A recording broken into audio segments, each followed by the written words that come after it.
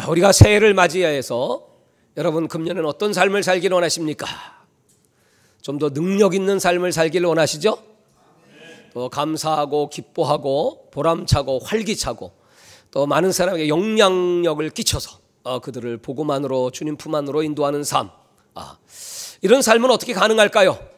우리가 다 그렇게 살기는 원하지만 그 마음대로 내 삶이 그렇게 이끌림 받지는 못하죠. 어떻게 하면 그런 삶을 살 수 있을까요? 오늘 제가 여러분들에게 드리고자 하는 말씀의 핵심은 바로 성령 충만한 삶이다. 성령은 삼위일체 하나님이시지만 그 성령님은 우리에게 능력을 주시죠. 이스라엘 백성들, 유대인들이 예수님을 믿고 나서 얼마나 힘든 신앙생활을 했습니까? 사방에 핍박이 오고 박해가 오고 그들은 생업에 어려움을 당하고 정말 살 방법이 없습니다. 그러나 믿음은 지켜야 되겠고 예수를 계속 믿는다는 것은 그들에게 있어서는 일종의 죽음과 같습니다. 그럼에도 불구하고 그들이 많은 순교자가 나왔음에도 불구하고 끝까지 믿음을 지키고 이 복음을 땅까지 전해서 오늘날 이렇게 전 세계에 수십억의 사람들이 예수를 믿게 될 수 있었던 이유, 그 이유가 뭡니까? 예수님께서 하늘로 부활 승천하시면서 마지막 하신 그 지상 최후 최대의 명령의 말씀, 바로 너희는 몇 날이 못되어 성령을 선물로 받으리라. 성령이 임하시면 권능이 임하고 그리고 너희들은 예루살렘부터 시작해서 유대와 사마리아와 땅까지로 나의 증인이 되리라. 그 약속의 말씀 때문에 그랬습니다. 그래서 그들은 저 오순절날 오기까지 마가의 다락방에서 넓은 간절하게 그들은 기다리며 기도했죠. 그 기도가 상달되니 하나님께서 이제 때가 참해, 다 같이 때가 참해. 예, 성경의 아주 중요한 주제는 바로 때가 참해입니다. 바로 오순절. 이스라엘 백성들이 저 애굽에서 나와서 6월절부터 시작해서 피를 바른 그 6월절부터 시작해서 애굽에서 나온 50일째 되는 날, 오순절입니다. 그날 그들은 산에 올랐고 그들은 첫 열매를 거두게 되었죠. 하나님의 말씀과 성령이 역사하시는 날, 제자들이 그 50일째 되던 날, 예수님이 부활하신 50일 후 드디어 이제 사도행전 2장에 성령이 임하십니다. 그 성령께서 하신 일이 무엇이었습니까? 그 제자들 각자 120 문도에게 하늘에 불을 내리시고 그리고 그들의 마음을 뜨겁게 하시더니 그들 속에 성령이 임하시니 그들이 방언을 말하기 시작하며 그리고 하나님의 능력을 받기 시작하고 그 연약했던 제자들이, 두려워했던 제자들이 모든 두려움과 연약함을 떨쳐버리고 나가서 이제 복음을 증거하는, 그래서 최초의 교회, 그 교회는 여러분 작은 교회가 아니고 하루아침에 예수 믿게 된 3,000명이 모이는 교회, 성령께서 세우시는 교회, 이런 성령의 대역사가 오순절 날부터 시작됩니다. 사랑하는 여러분, 오늘 우리가 이와 같이 사모하고 간절히 구하는 것, 그 초대교회의 성령, 오순절의 성령을 다시금 우리에게도 허락하여 주시옵소서. 그것이 우리의 기도이지요. 그 능력을 우리는 지금도 사모합니다. 이 성령의 충만을 받아야 이 신앙생활이 힘이 있고 능력이 있고 기쁨이 있고 재미가 있는데, 그렇지 못하면 여러분 얼마나 힘이 듭니까? 바로 성령 받기 이전에 제자들의 모습과 같겠죠. 예수님을 3번씩이나 부인해야 되고 그들은 수치와 부끄러움을 당할 수밖에 없고 그런 안타까운 삶을 살 수밖에 없습니다. 중세 한 성녀 테레사는 이렇게 얘기합니다. 우리 신앙생활은 4단계가 있는데 그 첫 번째 단계는 마치 저 물을 물동이로 깃는 단계입니다. 물동이로 여러분 물 길어봤어요? 운물에서? 얼마나 힘들어요. 뻘뻘 흘리면서. 저도 어릴 때 우리 집 앞에 운물이 있어요. 물 많이 길었습니다. 그거 이제 바켓스에다가 초롱에다가 담아가지고 뭐 지게로 지고 오든지 아니면 들고 오든지, 그래서 그냥 물통을 가득 채우고 어릴 때 그거 아주 많이 했습니다. 네, 너무너무 힘들죠. 그런 신앙생활이 있어요. 두 번째 단계는 뭐냐면 그 다음에는 이제 뭐가 나오냐면 뽐뿌가 나왔어요. 뽐뿌로 갔다가 이제 디립다. 예, 그냥 계속 뽐뿌질을 해대면 물이 올라오기 시작합니다. 물이 많이 쏟아지죠. 그렇지만 그것도 쉬운 일은 아니에요. 열심히 해야 돼요. 그래서 팔에 힘을 줘야 됩니다. 그런 신앙생활이 있습니다. 근데 다음 세 번째는 어떤 게 있냐 하면 이제 저 위에 담겨진 그 수로에 그 물을 그냥 수로만 열어놓으면 밑으로 쫙 흘러내리는 겁니다. 그건 너무너무 쉽죠. 네, 그런 신앙생활이 있어요. 위로부터 내려주시는 그 은혜를 받아서 그렇게 기쁨과 즐거움 속에 신앙생활을 할 수 있습니다. 근데 마지막 네 번째는 뭐냐면 뭐 수로를 내는 수고까지 할 것도 없고 그냥 딱 서 있기만 하면 하늘이 열리고 위에서 그냥 소나기가 막 쏟아져 내리는 겁니다. 그냥 가만히만 있어도 그냥 은혜의 빗줄기가 소나기가 나에게 막 폭포수처럼 임하는 축복, 바로 이것이 바로 성령 충만한 삶인 줄 믿으시기 바랍니다. 우리 하나님께 맡기기만 하면 하나님께서 우리에게 기쁨을 주시고 그 폭포수 같은 은혜를 받아가지고 이 능력을 저 믿지 않는 자들에게, 가난한 자들에게, 고통받는 자들에게, 이웃들에게 막 공급해주는 그런 능력 있는 삶을 살게 되기를 주의 이름으로 축원합니다. 그래서 예수님께서는 이 성령이 임해야만 너희들에게는 권세와 능력이 오고 이렇게 말씀했어요. 그 권세라고 하는 것은 합법적인 그런 하나님이 법적으로 우리에게 보장하시는 권세. 우리는 하나님의 자녀라고 하는 우리 이름이 하나님 나라 생명체에 기록되고 하나님은 내 아버지고 우리 하나님의 자녀라고 하는 합법적 법적인 인정을 받는다. 이걸 보고 권세 이렇게 말하는 겁니다. 그러니까 우리가 예수 믿으면 믿는 자는 영접하는 자는 곧 하나님의 자녀의 권세를 주셨으니 다 따라합시다. 하나님의 자녀의 권세를 받았습니다. 할렐루야. 권세를 받았다. 근데 이제 권세가 있다고 할지라도 그 다음에 따라오는 게 필요합니다. 그게 바로 능력이다 이 말이죠. 하나님의 자녀, 우리는 신분이 확실합니다. 이 나라에는 경찰관들이 있습니다. 나라에서 그 신분을 확실하게, 당신의 책임은 이 나라의 치안을 잘 유지하고 국민들의 생명과 안전을 보호하는 것입니다. 이렇게 이제 명령을 했는데 권세는 받았는데 능력이 없어. 도둑놈을 잡아야 할 텐데, 강도를 잡아야 할 텐데 이놈이 도망가다가 외딴 골목길에서 뒤를 확 돌아서더니 얘라 어차피 이래 죽나 저래 죽나 마찬가지다. 나하고 한번 붙어보자. 그러고 통 벗고 주먹질해. 그러면 그때 어떻게 해야 돼요? 이놈아, 내가 경찰관이다. 권세를 받았다. 포승줄을 받을지어다. 그럼 뭐라 그래요? 날 잡아보라니까. 그런 거 아니겠습니까? 그때는 무슨 뭐 권세고 신분증이고 이거 내 보일 필요가 없어요. 그건 집어넣고 같이 우통 벗고 붙잡고 그냥 한 방에 KO를 시키든지 업어치기 하든지 내치기를 하든지 좌우지간 잡아가지고 그 손에다가 밧줄을 채우든지 수갑을 탁 채워야 되는 걸 믿으시기 바랍니다. 근데 그럴 힘이 없어. 경찰관이면 뭐해? 하나님의 자녀면 뭐하죠? 귀신들이 와가지고 유혹을 하고 귀신들이 막 위협을 하고 또 나를 죽이려고 막 발버둥을 치는데 여러분 그때 어떻게 해야 돼요? 딴 게 없죠? 그때는 우리에게 주신 권세와 함께 그 다음에 뭐예요? 성령의 능력으로 시작. 성령의 능력으로 때려잡아야 된다 이거야. 할렐루야. 이 두 가지를 다 받아야 우리 신앙생활은 온전해질 수가 있는 겁니다.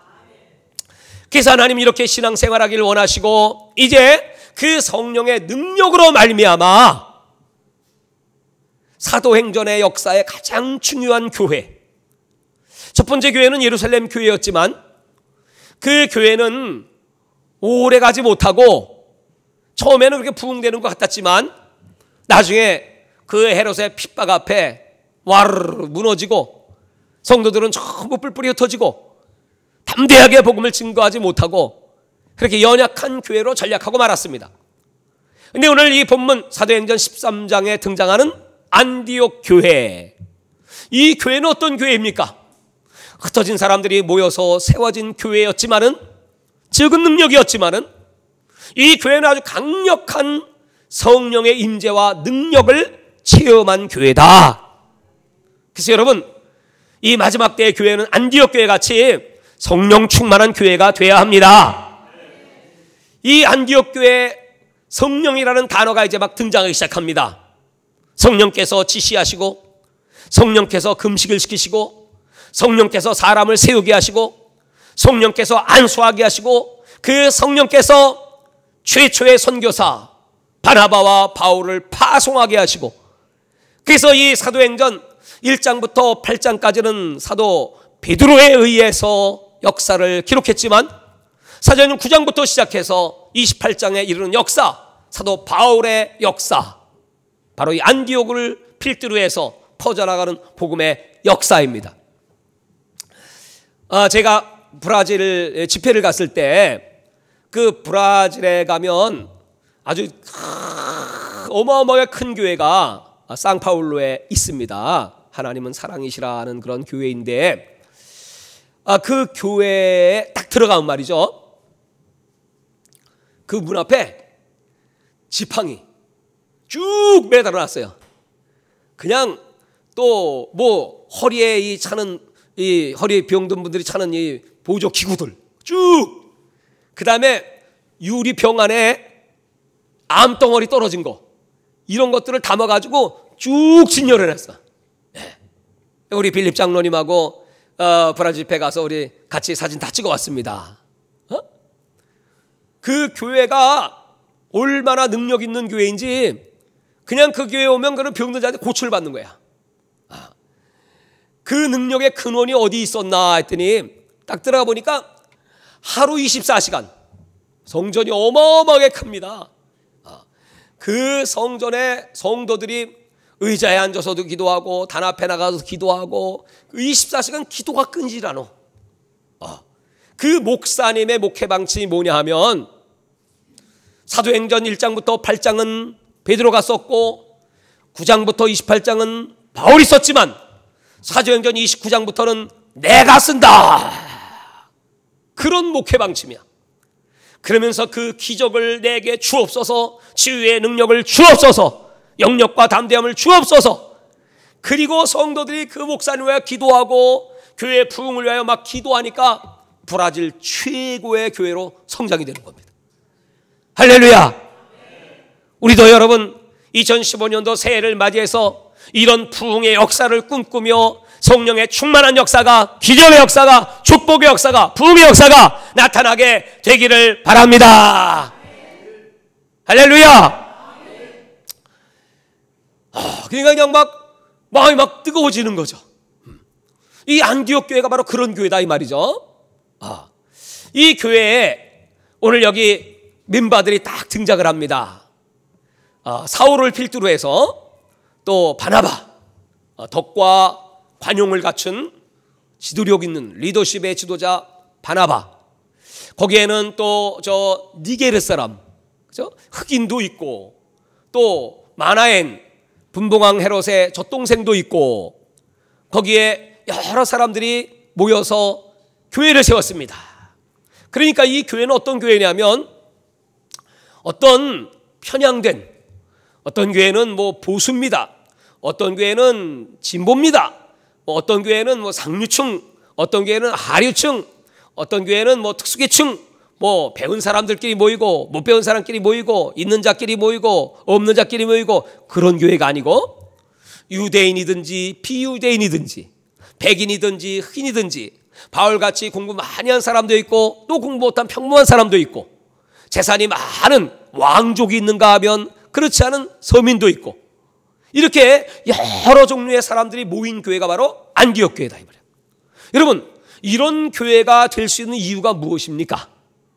바로 성령의 하나 되게 하심에 의해서. 성령은 그 성령 안에 들어오는 그 순간부터 빈부, 높음, 낮음, 신분 다 뒤로 하고, 성령은 우리 모두를 그리스도 예수 안에서 하나 되게 하시는 분인 걸 믿으시기 바랍니다. 그러니까 이 교회가 부흥이 될 수밖에 없겠죠. 이 교회의 성령이 역사하실 수밖에 없겠죠. 그래서 그들은 사람을 세우기 시작했습니다. 교회의 가장 중요한 성령이 하시는 첫 번째 일은 뭐냐면 사람을 세우는 일이다. 바로 그 가운데 하나님은 바나바와 바울이라는 사람을 세웁니다. 이 교회는 선지자와 교사들이 있습니다. 프로핏, 선지자. 그들은 뭐 예언을 말하는 그런 선지자가 아니고 이 하나님 말씀을 해석하고 가르치는, 이 말씀을 증거하는 그런 선지자가 있고, 그 다음에 교사, 티처. 그들은 뭐냐면 이 말씀을 가르침과 동시에 또 양육을 하는 그런 양육자입니다. 이렇게 이 사람들이 이 교회에서 커가기 시작하는 거야. 여러분, 우리가 신앙생활을 하면 그냥 나 예수 믿고 구원받았습니다, 그것으로 끝나면 절대로 안 되죠. 하나님께 쓰임받기를 소원해야 되고, 그래서 나를 통하여 영원히 구원받고 양육되기를 바라고, 또 하나의 공동체를 만들고 재생산하기를 원하고, 이와 같이 여러분, 이 교회는 마치 작은 셀, 작은 세포, 생명의 세포와 같기 때문에 자꾸 핵분열되고 더 많은 자들이 구원함을 얻도록 그 일에 하나님, 나를 주님의 도구로 사용하여 주시옵소서. 그런 기도가 있기를 바랍니다. 이 안디옥 교회에 이처럼 이제 사람을 세우고 특별히 이런 그 성령의 능력이 나타난 비결이 뭐냐 하면 두 가지죠. 오늘 본문에 보니까 첫 번째로는 그들이 주를 섬겼다. 여기 섬겼다고 하는 말은 뭐냐 하면 서비스. 그 말은 뭐냐면 예배예요, 예배. 이들은 예배를 드렸어요. 우리가 신앙생활에 있어서 여러분 제일 중요한 요소가 뭡니까? 예배. 그 다음에 두 번째가 뭐냐 하면 금식할 때 기도. 순서로 치면 여러분 예배, 그 다음에 금식, 개인의 기도죠. 예배는 공동체에 내리는 은혜, 기도는 자기 개인에게 내리는 은혜. 예배는 정해진 시간에 이렇게 모임을 갖는 그런 공동체고, 기도는 자기가 편한 시간에 언제든지 혼자서 할 수 있는 그런 은혜 받는 시간이 기도입니다. 그래서 예배와 기도를 통해서 바로 그 목적이 뭐냐 그랬더니 왜 예배 드려요? 오늘 여러분, 우리 왜 예배 드립니까? 그 이유가 뭡니까? 바로 성령의 감동을 받는, 감동. 성령의 감동을 받아. 성령이 충만해지고 성령이 함께 하시면 성령님이 오셔서 뭐 여러분 병 고쳐주는 거 문제도 아니겠죠? 묶인 문제 풀어주는 거 문제도 아니겠죠? 그런 게 문제가 아니고 성령이 감동을 하시니까 오늘 이 안디옥 교인들이 뭘 했습니까? 우리 교회는 선교하는 교회다.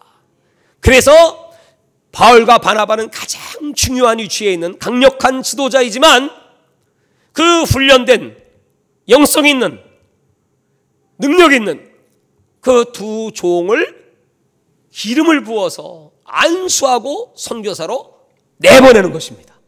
사랑하는 여러분, 이런 일이 가능합니까? 오늘 성령께서 우리 예배 중에 이기도 목사를 안수하여 선교사로 보내라.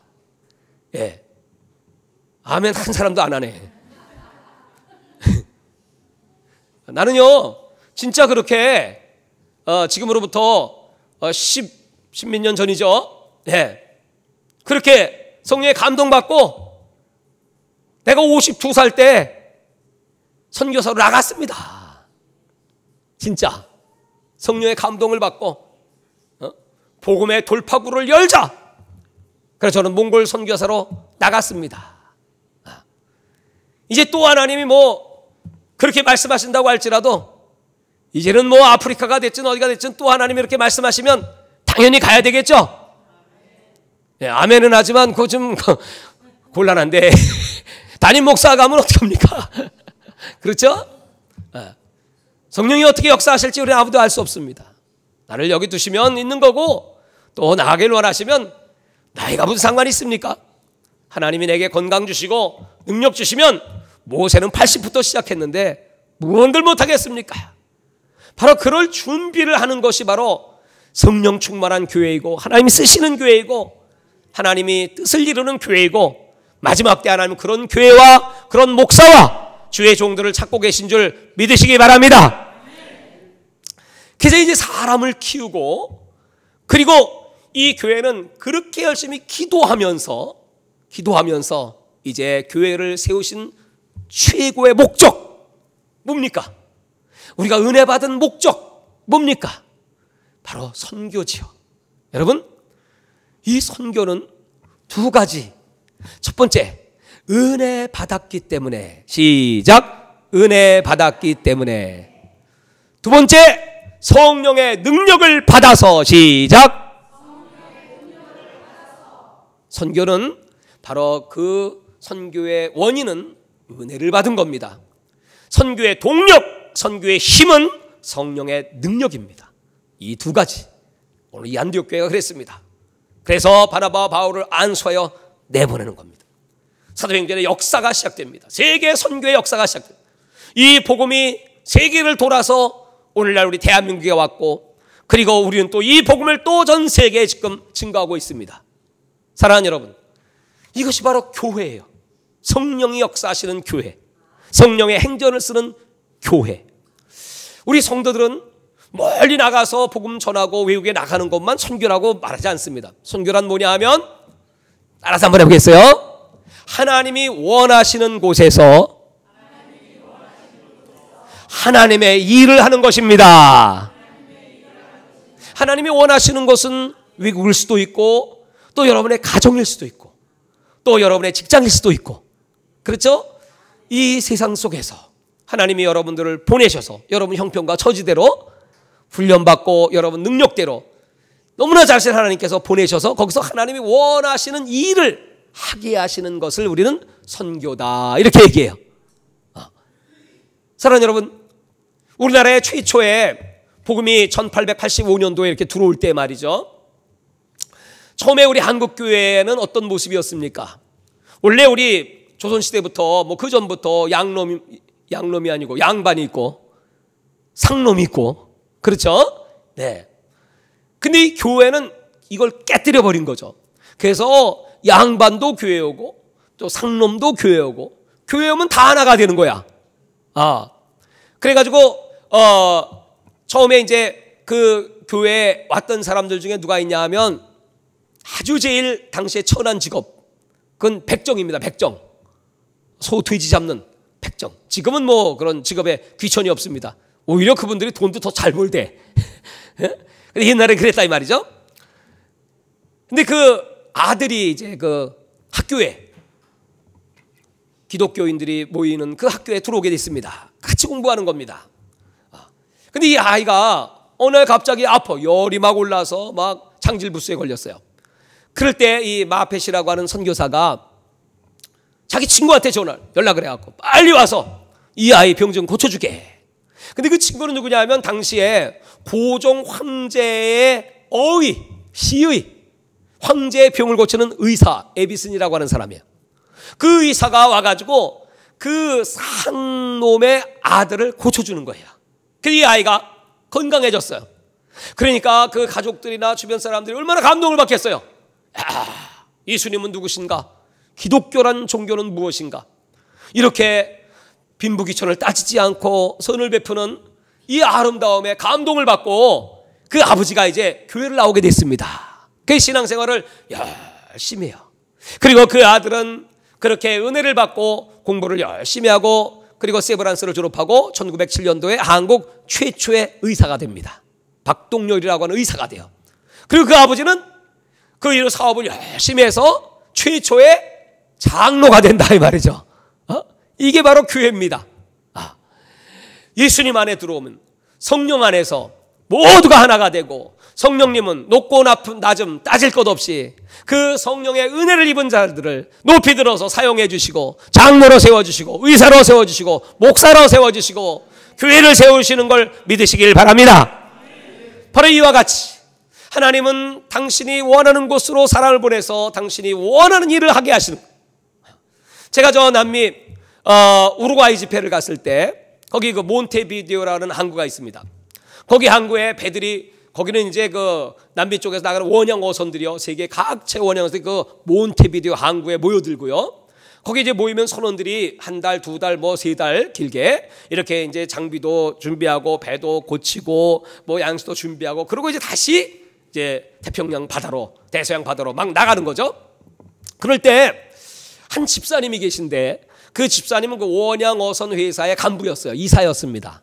그래서 이제 이렇게 세계 각처를 다니면서 이렇게 보니까 그 몬테비데오 양반에 정박을 해서 보니까 거기에 그 선원들이 그 쉬는 그 두세 달 동안 뭐 하겠습니까? 맨날 술 먹고 뭐 나쁜 짓 하고 그렇게 이제 그 난잡한 생활들을 하고 그러다 보니까 막 에이즈에 걸리고 그 뭐 나이 든 사람뿐 아니라 그냥 아이들도 막 소년들도 막 그런 애들도 많고 그러니까 그걸 너무 마음 아프게 생각하고 저들에게 복음을 전해야 되겠다 해서 그는 선교사도 아니고 그냥 평신도임에도 불구하고 그들을 모아서 복음을 전하고 가르쳐 주기도 하고 또 양식을 제공해 주기도 하고 우갈 데 없는 아이들 처소를 예비해서 쉬게도 해주고 이런 일을 했습니다. 하나님께서 그걸 귀하게 여기시고 제가 갔을 때는 이미 그 사역이 막 확장이 돼가지고 막 동서남북 각처에서 많은 사람들이 모여들고 1년에 그냥 한 차례 내지 두 차례는 꼭 선원 집회를 합니다. 그러면 수백 명 그냥 각 나라 사람들이 선원들이 모여가지고 복음을 듣고 잔치를 하고 파티를 하고 예수를 영접하고 그들을 또 교회로 초청해서 교회에서 잔치하고 복음을 가르치고 그래서 그들이 가보니까 그 아이들이 말이죠 한국말로 찬송을 하는데 한 60곡을 알아. 60곡 외워. 얼마나 애들이 은혜를 받고 기도를 열심히 하고 애들이 막 변하여 새 사람이 되고 그러니까 그냥 그 사역이 점점 넓어지고 지난번에 저에게 메일이 왔는데 그때는 성전이 없었습니다만 그래서 마당에서 그냥 각 나라 저 베트남 사람 뭐 중국 사람 뭐 미얀마 사람 필리핀 사람 뭐 그다음에 저 스페니시 하는 사람들 뭐 다 모아놓고 그냥 막 제가 막 설교했잖아요. 그래서 이렇게 각 나라 사람들이 많은데 무슨 말로 설교해야 돼 했더니 목사님 제일 잘하는 말로 설교하세요 그러더라고. 그래 내가 한국말로 그냥 해버렸지 그냥. 성령이요 이들이 다 알았게 되려고 그래서 막 설교를 하고 그들이 막 예수를 믿겠다고 하고 여러분 그런 역사가 있지 않았습니까? 그런데 그곳에 하나님이 성전을 잘 세워주시고 그는 평신도 집사임에도 불구하고 선교사가 돼서 정말 보통 사람이 할 수 없는 큰 일을 하는 그런 위대한 하나님의 사람이 되었습니다. 사랑하는 여러분, 이게 바로 성령이 하시는 일이에요. 성령은 지금도 이렇게 사람을 세우기를 원하시고 그 사람을 기도의 능력을 주시기를 원하시고 그리고 선교의 일꾼으로 세워주기를 원하시고 그 땅까지 이 복음을 전파할지어다. 할렐루야. 그래서 우리 교회는 이 사명, 주 예수께 받은 사명, 이 은혜의 복음을 증거하는 일을 마치려면 내 생명을 조금 더 귀히 여기지 않겠다고 고백했던 사도 바울의 정신을 본받아서 우리는 때를 얻든지 못 얻든지 그동안에 전 세계 25개 나라에 복음을 전했습니다. 또 많은 집회를 가졌습니다. 몽골에 5개의 교회가 세워졌습니다. 지난해에는 교도소에 가서 집회를 하고 그 교도소 안에 하나님께서 소장을 감동하셔가지고 교도소 안에 큰 방을 하셔서 우리가 보낸 그 선교 헌금으로 그걸 깨끗하게 꾸미고 단장을 하고 거기 의자를 집어넣고 교회가 탄생했습니다. 지금도 그들이 거기서 예배를 드리고 거기서 나오는 사람들이 나와서 또 교회 봉사하고 또 그 교도소에 들어가서 그 사람들을 잘 케어해주고 하는 그런 일들을 계속하고 있습니다. 아버지께서 정말 전국 전 세계 각처에 여러분 복음의 씨가 떨어지니까 그 복음의 씨앗들이 자라서 우리 제 아들이 전 세계 각처에서 저에게 연말이면 무난 인사가 옵니다. 목사님 평안하십니까? 언제 와서 또 복음을 전해주세요. 뭐 여러분 한두 군데가 아니죠. 이렇게 여러분 농사 중에 최고의 농사 사람 농사 바로 성령은 사람을 키워 12제자가 세계를 변화시킨 것처럼 그 사람들이 지금도 세계를 변화시켜 마지막 주님의 재림을 준비하고 맞이하기를 기대하는 걸 믿으시기를 바랍니다. 그 놀라운 축복과 기적이 우리 교회와 또 여러분 모두에게 함께하기를 주의 이름으로 축원합니다.